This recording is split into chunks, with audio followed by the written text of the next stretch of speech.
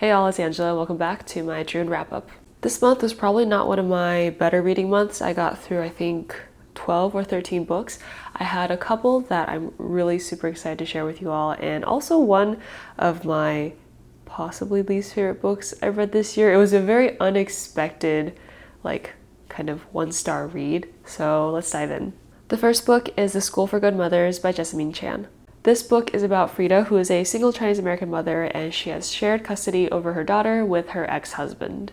After a very infamous, quote-unquote, bad day that she has, when Frida left her daughter Harriet alone in her home with no supervision, Frida is reported to CPS and forced to go to a reform school for bad mothers. This was an advanced reader copy that I requested from NetGalley, so thank you to NetGalley and Simon & Schuster for the ARC. This book falls into one of my favorite genres, which is speculative literary fiction, and I think it does quite a good job at deep diving into the kind of ridiculousness of the curriculum and really tries to paint a realistic picture of Frida's struggles in particular as a single mother. While I thought the plot of the school and following the mothers in their individual journeys was really entertaining and interesting to learn about, I think the bigger messages the book was trying to include around the expectations that society has around parenting got a little bit diluted and was done a little bit clumsily. For example, there was a little bit of exploration into how parenting is viewed differently depending on race, gender, and socioeconomic class, but this exploration to me fell more into stereotypes rather than solid critiques. I also think some parts of the curriculum were incredibly unbelievable against this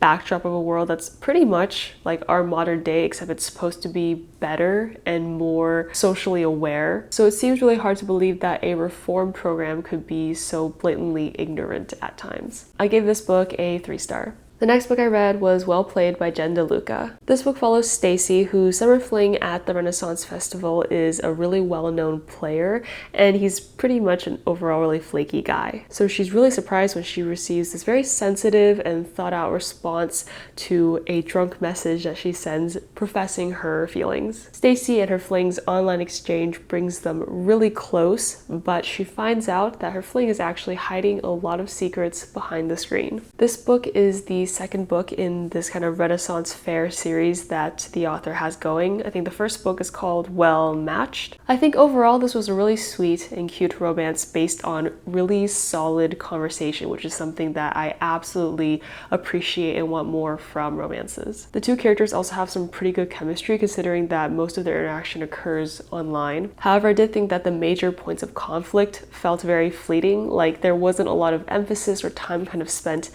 stewing and dwelling in this conflict, so it ended up lacking this gravity that would have made me as a reader care more about these characters and what they were really going through. I gave this book 3 stars. The next book I read was The Old Man and the Sea by Ernest Hemingway. This book is a classic. It's the journey of a Cuban fisherman who is hooking this huge marlin out at sea and basically is trying to bring the fish back to shore. So this book might seem a little bit out of place among, the usual things I read every month, but I was reading this originally for a video idea I had for reading NCT's favorite books or book recommendations. That video didn't ultimately end up working out, but if that's something that you all would want to see, let me know in the comments. Since I'm pretty hesitant going to classics, I actually really appreciated how short and impactful this book was. I just think that the message itself wasn't something that really resonated with me personally. This book is ultimately about staying strong and being true to yourself and persevering even in the face of adversity. And I think it could be pretty inspirational depending on what kind of mindset you go into reading it. But yeah, I think if you're like me and you're kind of hesitant about trying classics and you're not really used to reading them, this would be a pretty good one to try. I gave this one 3 stars. The next book is The Wrong Family by Tarryn Fisher. This book follows Winnie and Nigel Crouch, whose seemingly perfect marriage is falling apart, and it also follows Juno, a retired therapist who's watching it all break down. This is a domestic suspense thriller that I heard a little bit about. I think I saw a few book clubs maybe reading this, and I've also heard of The Wives by Tarryn Fisher going about BookTube. I think if you're pretty new to suspense thrillers, this book throws a lot of unexpected twists and it seems really, really exciting. But honestly, I think if you read enough in this genre, this book really doesn't do anything new. It's pretty predictable. Personally, I'm not a huge fan of the use of mental health as this like villain development arc. Overall, I thought the journey and uncovering the kind of secrets in the book was interesting, but the ending just got hella messy and it was a lot and not always in a good way. I gave this book 3 stars. The next book is This Close to Okay by Leesa Cross-Smith. This book follows Tally, who prevents a man named Emmett from jumping off a bridge, and they spend a really emotionally charged weekend together. This one was one of my more anticipated books that I had seen even before it coming out, and I was really looking forward to reading it. This book deals really heavily with mental health, suicide, and suicidal ideation, so if that's something that you're sensitive to reading, I would go into this with extreme caution. I loved this book, had a lot of great character exploration, and it really gave me the same vibes as that card game We're Not Really Strangers, as well as that New York Times quiz thing that was like 36 questions to make you fall in love. It's really hard to describe this book because it's really just readers watching these two characters get to know each other, and then us as readers also getting to know them as people. And there's a lot of just character development in a really concentrated period of time, which is something that I really like. It's everything that I wanted it to be, so I think that's why I enjoyed it so much, but I can definitely see why this is probably not everybody's cup of tea. I gave this book 4 stars. Okay, so this next one is No Offense by Meg Cabot. This is a book following a romance between Molly, who is a librarian, and John, who is a sheriff. They live in this small town and they're together investigating the case of this baby that was left in the library bathroom. Meg Cabot was like a staple author in my childhood. I read everything from her, like Princess Diaries, Avalon High, the Mediator series. I think I wouldn't go one weekend without getting something by her from the library. So it really pains me on some level to say that this was probably one of the most excruciating romances I've ever read, like in recent memory. I think this book has one of the worst, if not the worst, male protagonists I've ever seen for a romance. He's exactly like the grumpy old uncle you're forced to see at every family reunion who makes a sexist joke and then follows it up with, oh, just kidding, like I respect women because I'm married and I have a sister and I'm blah blah blah blah. Like he's that kind of character. I didn't feel there was any spark or genuine like romantic connection between Molly and John. Nothing in the development of the relationship felt very genuine or real or substantial. The baby left in the bathroom plot was also kind of boring because John as a sheriff is terrible. Like he's just terrible at his job. So aside from those 2 aspects of the story, there's really nothing else there. And as you can guess, I gave this book 1 star. The next book I read was Klara and the Sun by Kazuo Ishiguro. This book follows Klara, who is an artificial friend, and her life after she's purchased by a girl named Josie. This is another kind of speculative literary fiction book. And if you'll allow me to go on a little bit of a rant here, I think that this book was really supposed to be kind of a subtle and quiet exploration into the qualities that make us human and kind of exploring the question of how do we define individualism. But because this is coming from someone like Kazuo Ishiguro and it's his first book after winning the Nobel Prize, I feel like a lot of people have set really extremely high expectations about what they can get in terms of like the meaning and message behind the book, which is why I personally think a lot of people were really disappointed after reading it. I think this is a pretty interesting look into AI set in a reality very, very close to current modern day. And it's very subtle and realistic about what a future could look like if we started incorporating AI more into kind of like the normal person's daily life. This book was kind of slow, very slice of life feeling, and much like his other books, kind of quiet and contemplative. I gave this book 3 stars. The next book I read was The Weight of the Stars by Ancrum. This book is about Ryan, who meets a new girl, Alexandria,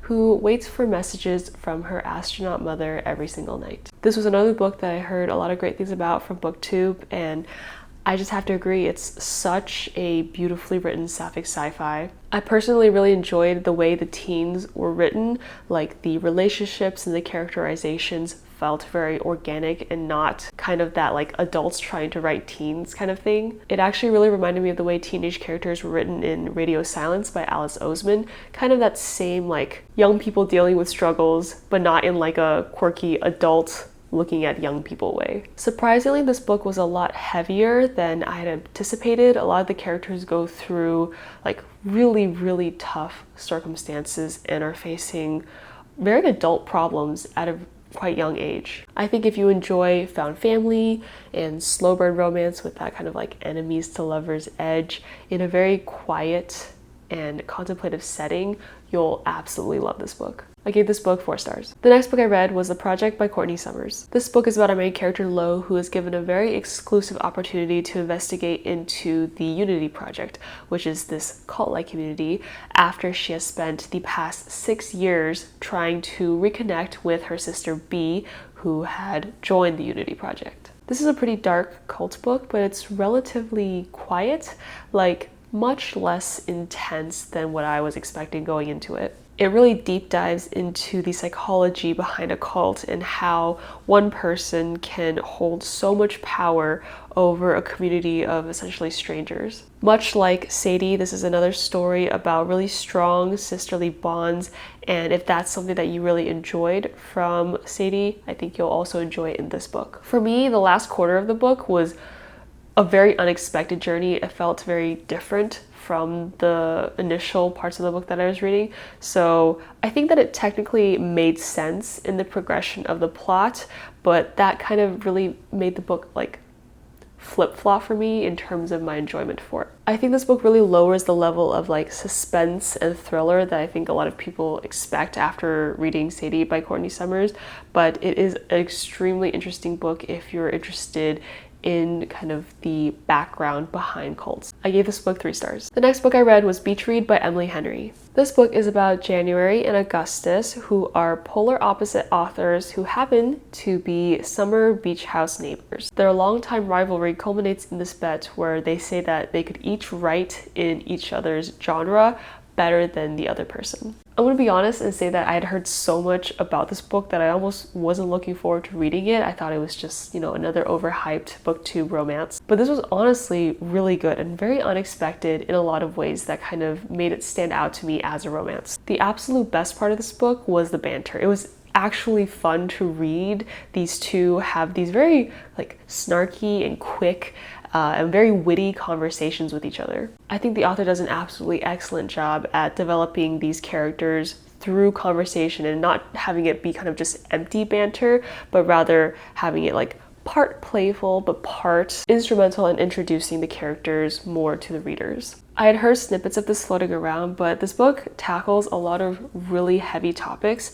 Both January and Augustus arrive at the beach house because they're running away from some aspect of their day-to-day life, so they really have to spend the summer dealing with those things that have happened, working through their emotions, and along the way they develop this really, really beautiful romance. This book made me smile and made me cry, and it was an overall really enjoyable experience. I gave it 5 stars. And the final book I read was Cemetery Boys by Aiden Thomas. This book follows Yadriel, who comes from a very traditional Latinx family that also comes from a long line of kind of like sorcerers. And one day, in trying to prove that he is also a real brujo or sorcerer, he accidentally summons the ghost of Julian, who is his high school's kind of resident bad boy. And Julian will not rest until he finds out how and why he died. So kind of contrary to how intense the synopsis is, this book is actually a very sweet YA light fantasy kind of book. I really enjoyed the exploration into the difficulties that Yadriel faced,